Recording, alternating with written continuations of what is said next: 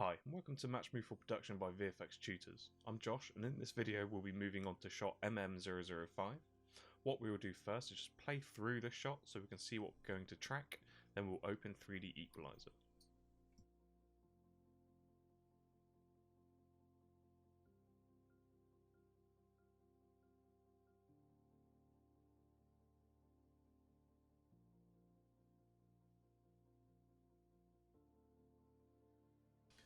So 3D is opened up.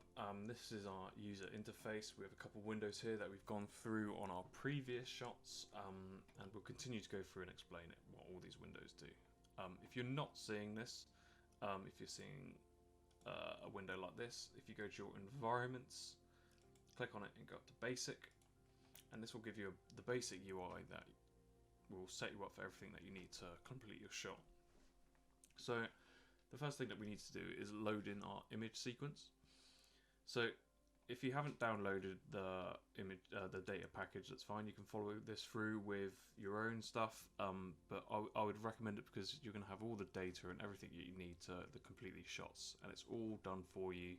You don't have to worry about going out and getting your own footage. You can just use the stuff that's been provided. And say if you're not just using this for the match move reel, if you're using it to add something in, some CG, say like the lighthouse, you'll have all your HDRIs and all your set gear and your plates and everything there ready for you. So the first thing that we need to do is click on our camera up here at the top left in our object browser. It should be highlighted yellow because it's active. So now if we go over to the right, we will see a live action footage tab, and if you don't see this, it might be because you're in a different tab. So make sure you're in the camera tab, and you want to go click browse, and you want to navigate to your data package, so MM005, lighthouse, we'll go to plate, UHD, and we'll click on this image sequence. And as you can see, it kind of looks a little bit dark because all these plates have already been transcoded into a linear color space. So next thing that we need to do is make this more viewable for us to see. So if we go over to our right, you'll have this thing called 8-bit color conversion. So if you open that up, click on the triangle and go to your gamma and type in 2.2, and this will bring it back to the correct gamma settings for so you can view it at the correct gamma settings. Cool. So you can scrub through. If you press spacebar or play, but you notice it's not particularly great, it's not playing very well. So what we want to do first is, what we want to do next is export the buffer compression file or the image cache. But before we do that, we need to save it. So if we go to 3D4 in the bottom left, click Save Project As, and I'll just make a new folder in the MM005. So if you go New Directory, and what I'll do, I'll call this the same name as the shot. So I always know that this file is with that plate.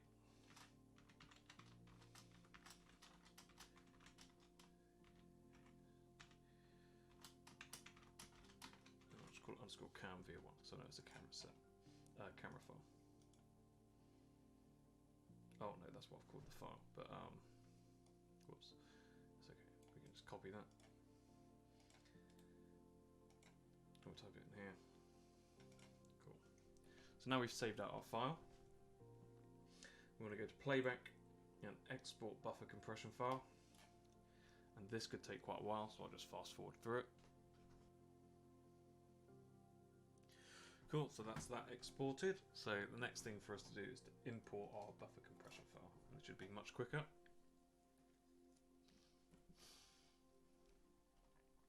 So now if we press spacebar, we can play through our image and we can see everything that's going on.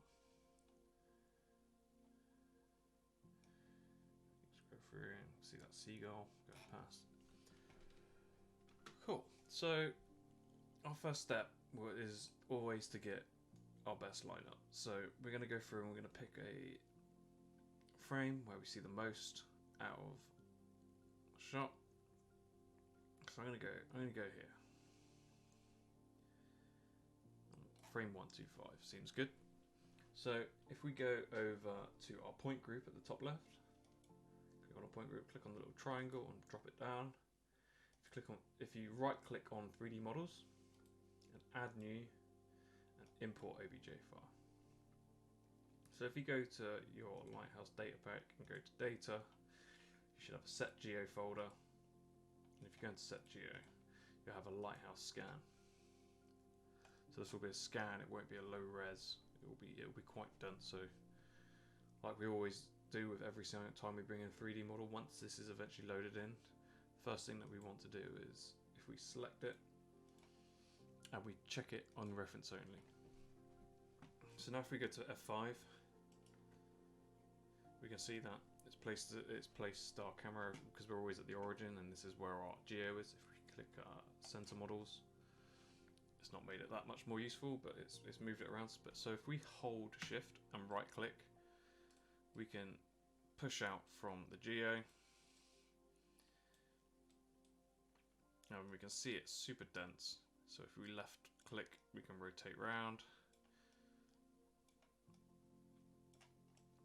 Middle mouse roll. We can use shift and our mouse buttons to sort of navigate around. So as you can see, it's quite dense. So what we can do is we can go to our alpha slider here and reduce down our alpha if we wanted to. But what we'll do, we'll get it as close as possible, just using the shift and the mouse buttons.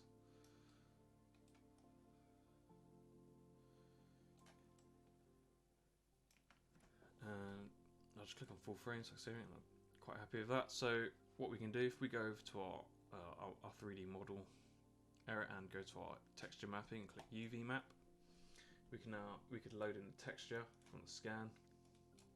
So if we just click on Lighthouse scan via one TIFF and click OK, we can turn off show lines and we can turn on show polygons, and now we can see we've got our texture on our scan. So if we go to F2, so if we switch between F2 and F5, we can see we've got a reasonable starting point, but we need to do a much tighter lineup. So what we've also forgotten to do as well, we need to set up our lens before we do any of this. So if we go to lens, and if you open up your camera data notepad file, you see that you've got the type of camera and what lens is used. So we're not telling you what focal length it is now, because we'll just figure it out, because the likelihood of you ever getting correct data is always minimal unless you get it yourself. So we can always figure it out from our set scans. So if we go to our sensor size and we put this in, I always put in our film back height and leave this as passive, and the film back width should figure itself out from the height. So if I type that in, 11.88, you need to make sure you always put millimeter in there so it translates it over to centimeters. And we can leave that as 30 because we don't really know what the focal length is yet. So now if we go back to F5, now we can sort of get a better lineup. Rotate that around. So now if we switch between F2 and F5, we're really off. So what we do, we'll make our single frame points. So if we pick points that we can find on the scan, so we can see the shadow, pointy shadow on the scan. And if we do control left click to make a point, and we go back to our scan, we can look for bits that are quite recognizable. So something up here is quite recognizable probably. So this sort of like L-shaped bit here, we can pick that up here. So if we get the corner of the shadow there, go to F5.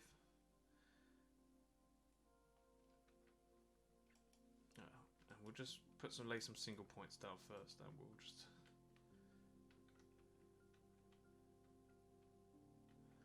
so this little square block's quite recognizable. So go 5. You can see that there. So we've got 3.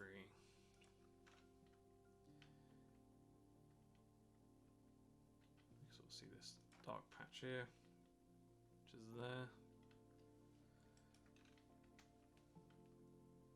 And we'll get this bit here as well, this bit of rock here. So go to F5. Let's try and get a couple more. So we can see this bit here quite clearly. This little sort of M shape chopped out of the rock. Just F5. It's here. So you can see this sort of like triangle arrowhead shape, then this M. We've got the triangle arrowhead shape thing, then the M. And we're going to be in there. So what we'll do, we got 6 points, so we'll go through them now, and we'll extract those extract those polygons. So we've got this bit here. So if we clicked extract polygon, click on the shadow, we can go switch between F2 and F5, and we're pretty bang on. So if we go to 2, 2's up here. This is that sort of L-shaped boot. So if we click extract polygon, click in there, and we can switch between 2, and we can see it's pretty well lined up. 3, this is that square block, which is here.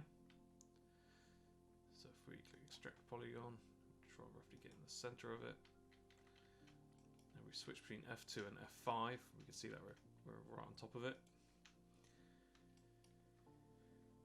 Now if we go to our fourth point, let's go to F5. We can see that point's there, so if we extract a polygon there, you can see it's not quite lining up now, but it's probably because we're at the wrong focal length. So as soon as we've surveyed this, we can figure out our correct focal length. So this point here is on that highlighted rock, which is this one here.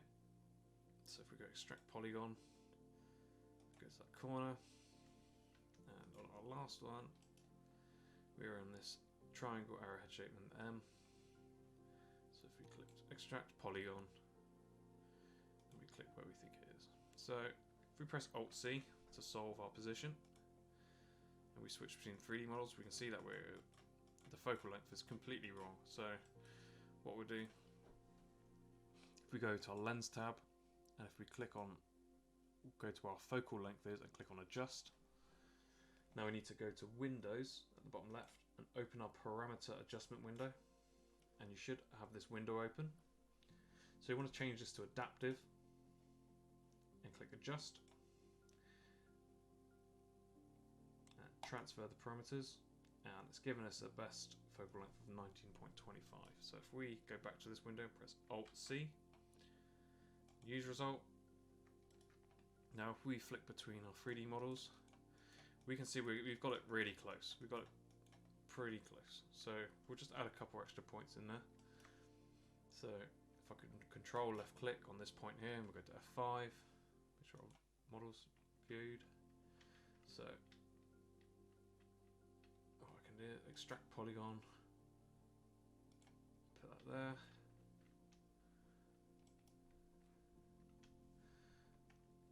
I want to pick quite recognizable points, so F2 on this highlight. That's pretty much already on it already, so if we Alt-C now, and if we just do another little focal length adjustment, you can see it's slightly changed. Use result. So now we've got something pretty close. We don't really want to solve for our distortion if we have lens grids, because we're quite in the corner and it could be quite biased to this in the plate. So what we'll do, we'll actually bring in, we'll do our lens grids every time for it, because we have that data and it's really useful. So if we go to our lighthouse, and if we right click, so if we go to our lighthouse camera, and up at the top left, and right click and add new, you want to go reference camera, and it should make a reference #2 camera. So now if you double click on this, and it should highlight in yellow, and that means that's going to be your active camera. So now what we want to do, we want to go to browse. So our focal length is solved between 19 and 20 millimeter. So if we go to browse, if we go to our lens grids, so we've got 19 millimeter here. So if we select our 19 millimeter, click OK. So now we've loaded in a lens grid, and what we can do, we can change our 8-bit color conversion, because these have all been transcoded to linear color space. So if we go gamma 2.2, so that should bring it back to normal. So if we go to F3, we'll go to our distortion grid menu, and we should bring up this distortion matrix. So what I always do is, if I click and hold this top left hand point, you should start to see a zebra line pop up when you're close to a corner. If you just let it snap in, you'll go right in between in those corners. And you want to do that for this one on the right as well, and this one on the bottom. You want to make sure that you're just sticking within these squares. So you can do them manually depending on how bad your lens grid is, but these ones are shot fairly decently, so they'll always snap. So what you want to do, just do these three here, and down in the bottom middle, if you click snap, it will snap everything into place.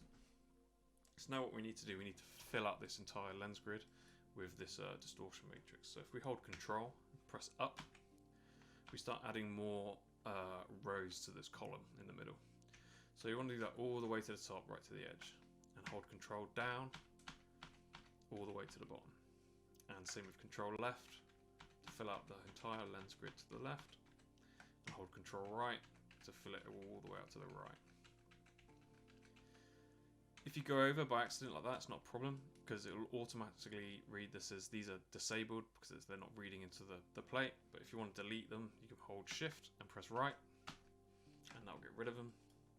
And this is pretty much what you have to do for now. So what we'll go, as long as your lens grid and your distortion matrix looks like this, and it's perfectly in these corners, it's not any gone funny, you want to go up to the top where it says Calc, and calculate distortion and camera geometry. You don't need to change any of this. What you need to do is calculate lens parameters. We've got a nice low deviation in our pixels, so it's solved pretty well. And if we set parameters and close, you'll see that not really anything's happened until you click undistort. Then you can see how much distortion is being removed from the plate.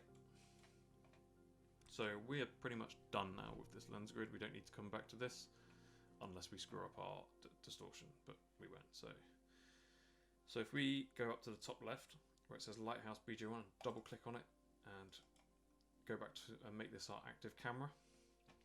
If you click on undistort, you can see how much distortion we're taking out of the image.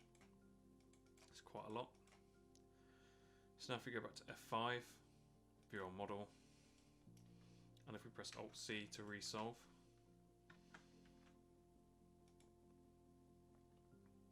and we can flip between two, and we're pretty close. So what we'll do, we'll also solve our focal length in our parameter adjustment window again. I'll click adjust, and it will probably change a little bit. And Alt-C to solve it. And we're pretty much bang on top of it.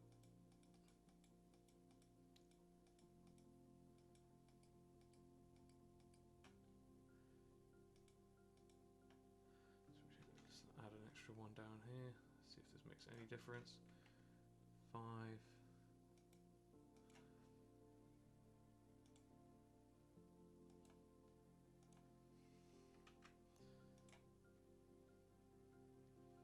So if we go to our focal length adjustment and click adjust again,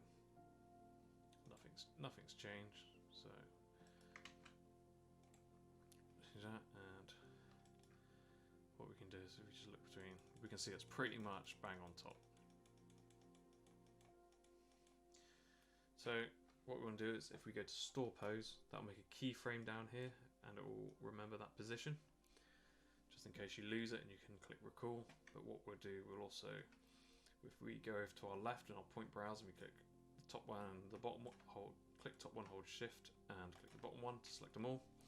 Hold right click, press right click and add new point set, and we'll call this SF for single frame, and this will just put it all in a group to keep it all nice and tidy. And we hold shift and click and hold middle mouse roller and drop them in. So now we don't want these active and we don't want to see them anymore because they'll cause havoc with our solve. So if we right click on them, modify, calculation, and disable them, and then we can go view and hide selected points. So now if we go back to our F2 menu, we can, if we bring this back to our first frame, we can go to view and turn off our FOV because we don't need to see these lens center markers.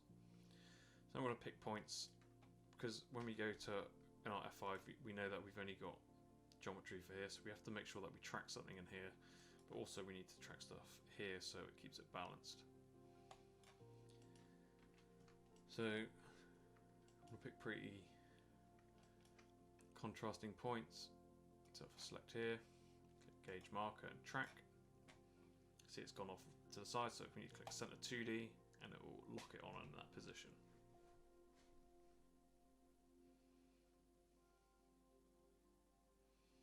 What we can do, we can leave the frame range there, just pick another point,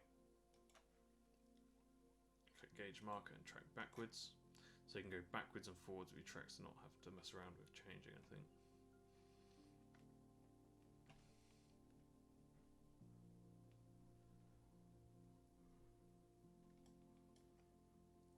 So we'll find quite a few points that we can survey our 2D points.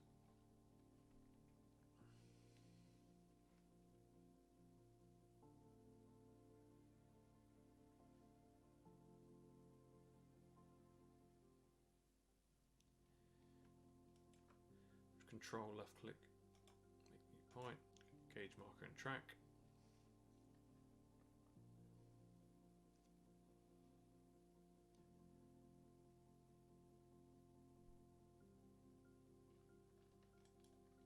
Get some bits on here, these little free seagulls. See, we want to resize that so we're not getting any of the background. Gauge marker and track.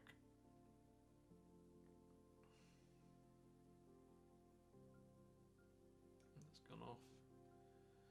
So what we want to do, because that goes off and goes a bit wild, we can actually delete that.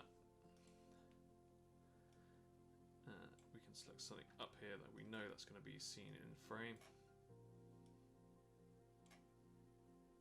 So because our background's kind of, it's very one color, we can do something like this so that you probably won't notice any difference. So if we gauge marker and track, it's not going to pick up anything in here because there's nothing there moving. It's all the same color. If we look, it kind of slips off here where it gets close to frame. So we want to make sure we drag that back, readjust our tracking box, gauge marker, and retrack it so it doesn't come too close to that edge. We can track some stuff here. So we need to resize the box because this rock's way further back. So we want to track anything that's got any parallax. So gauge marker and track.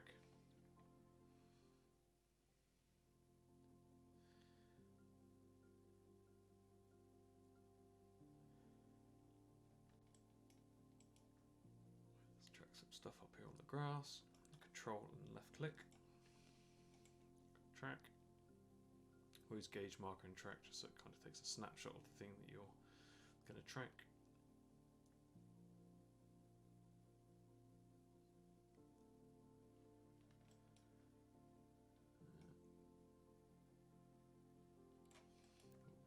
Track something here. So gauge marker and track.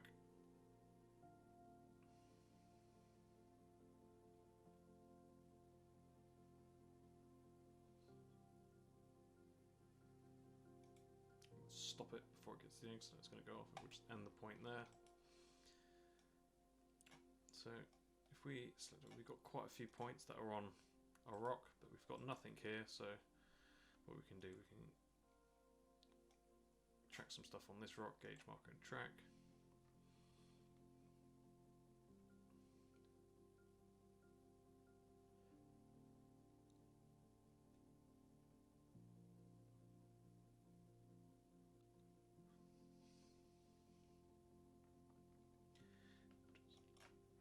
Control left click to make a new track, gauge marker and track, just track it backwards.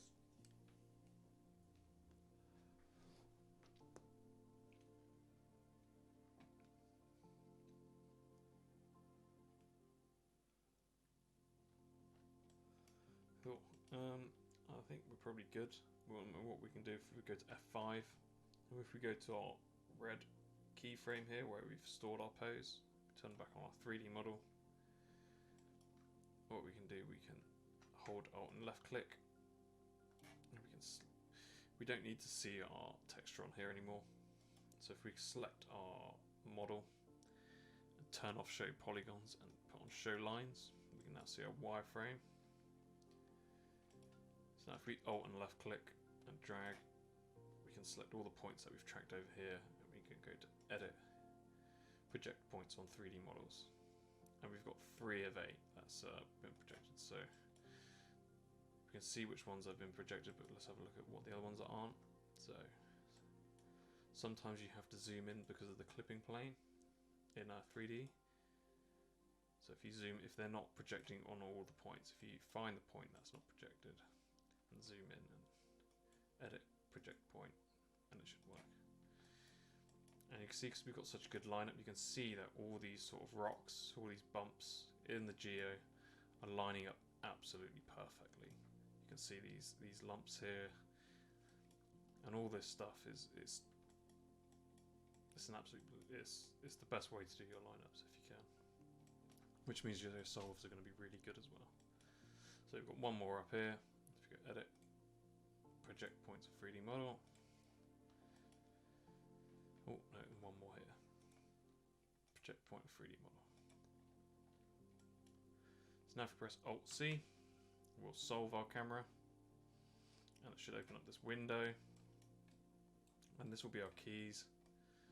You can see this camera there's not actually much movement in the camera. It's probably it's quite a loose nodal, which means that it's kind of, there's not much movement. It's more rotation than movement. So if we use result, we can see we've got a pretty good result already. There's some funny stuff going on here. There's a big jump, which could be a track that's going out, not enough overlap. So first of all, what we'll do, if we press Alt and left click and deselect everything, we can press play, and we can see how our track's doing, and it's working pretty well. So what we can do, we can see, so this big jump here, the best thing is, like, if we move over to where this big jump is, like, it's not a very big jump because it's such a small amount of numbers, but it will be then. We can see it's actually in the deviation browser. We can see if we hover over it, it's when this point goes out. So what we can do, we can actually add some extra points if we want to. So this goes out there. So let's track something here. So Control left click, gauge marker and track, just so we have a bit more overlay on the tracks.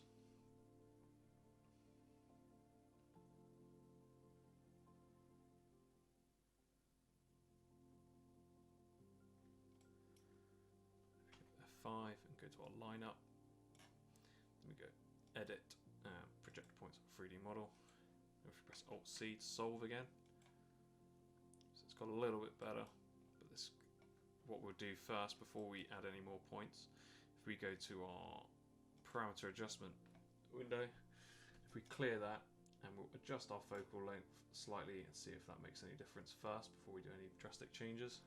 We'll transfer the parameters, and we'll press Alt C to resolve. So it's slightly changed it. So what we'll do next is we'll have a look at this point and see what's happening. It could be that it's projected. What we can do is, if we go to our deviation browser, it might actually be that point. And if we go to deviation browser here and go show point deviation curves, add active points only, we can see it's this one here because it stops and it brings a big jump. So if we right click on this, and if we survey free it, so we'll loosen up everything, we can use result, and we can see that's fixed that, but now we've got this big ramping up curve now. So could possibly be that it's not surveyed in the correct place. So what we can do is if we right click and we can approximately survey it, so we give it a little bit of wiggle room. That's not done anything, so if we survey free it, that seems to have changed a lot. So if we actually go to F6, keep it selected. Actually, so if we deselect our scan just by clicking 3D models, go back to our point, and we go to select it and go to F6. Let's actually see where 3D has put this point.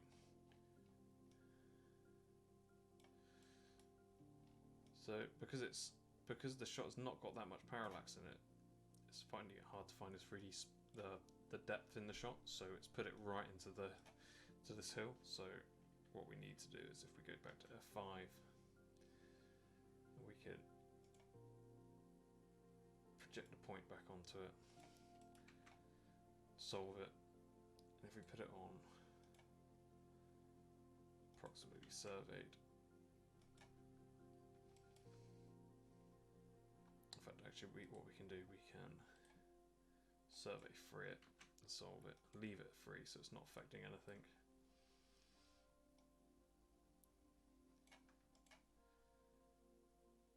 What we'll do is do one more focal length adjustment.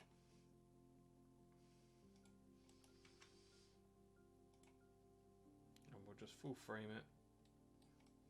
We've got a pretty low deviation, sorry.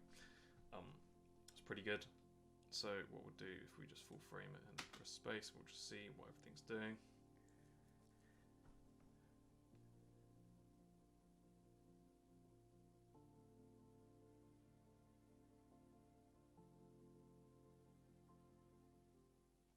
Yeah, that looks absolutely fine. The camera's sticking to the geometry perfectly.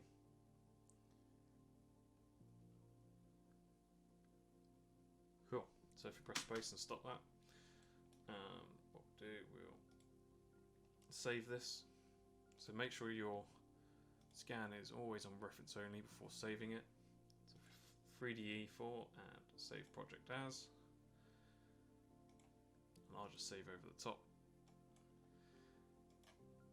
And that's us done. So the next thing that we need to do is export out the necessary bits we need to do to push forward with this. So we need to export out our camera, our Nuke LD node for the compos to reapply the distortion to the CG afterwards, and we need to do an undistorted plate for us to work within Maya. So first of all, if we go to the left, go to 3DE4, click on it, and export project, go to Maya V25. If we go on to start frame, set your start frame to 1001, because 1001 is the what you need to make sure this start frame is the same start frame as your image sequence. So mine starts at 1001. So then we go to export file. Then we want to make sure that we call this the same name as the image sequence. So keep everything organized, and we will always know that that this is the camera that goes with that shot.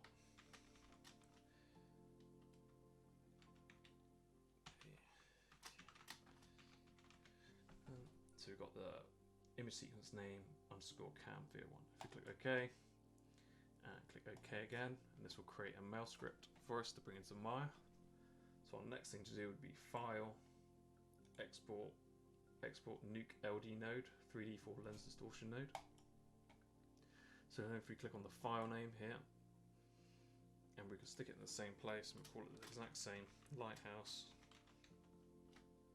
BG01 VO1 UHD Nuke.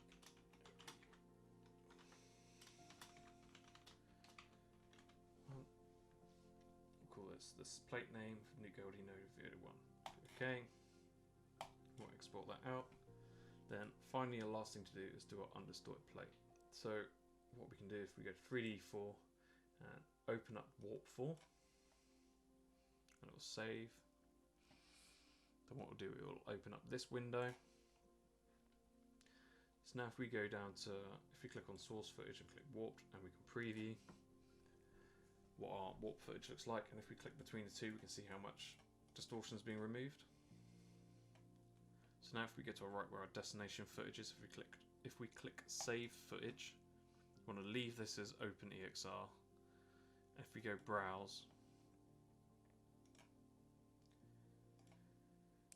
go to where we are saving our undistorted plate. So you want to make a new directory, otherwise this will fill it up with images. So I'll call it Lighthouse BG01 V01, and we'll call it the file UDP for undistorted plate. And what I'll do, I'll copy that and go into our file folder that we've made, paste. So we've got our same name, UDP. We need to make sure we put .4 hashes .exr.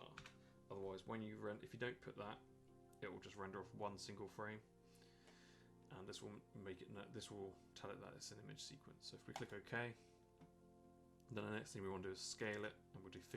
Then we click Preview. Then once that's all set up, if you click Render, probably take a while, but you should get some little green bars that start popping up on here, and once those green bars start popping up, that means it's rendering out, and this could take a while, so I'll just fast forward it. Cool, so that's rendered out, so we can go File, Exit, and now we're pretty much done in 3DE, and we can open everything on Maya and set it up. If you guys enjoyed this tutorial, hit that like button and subscribe for more like this.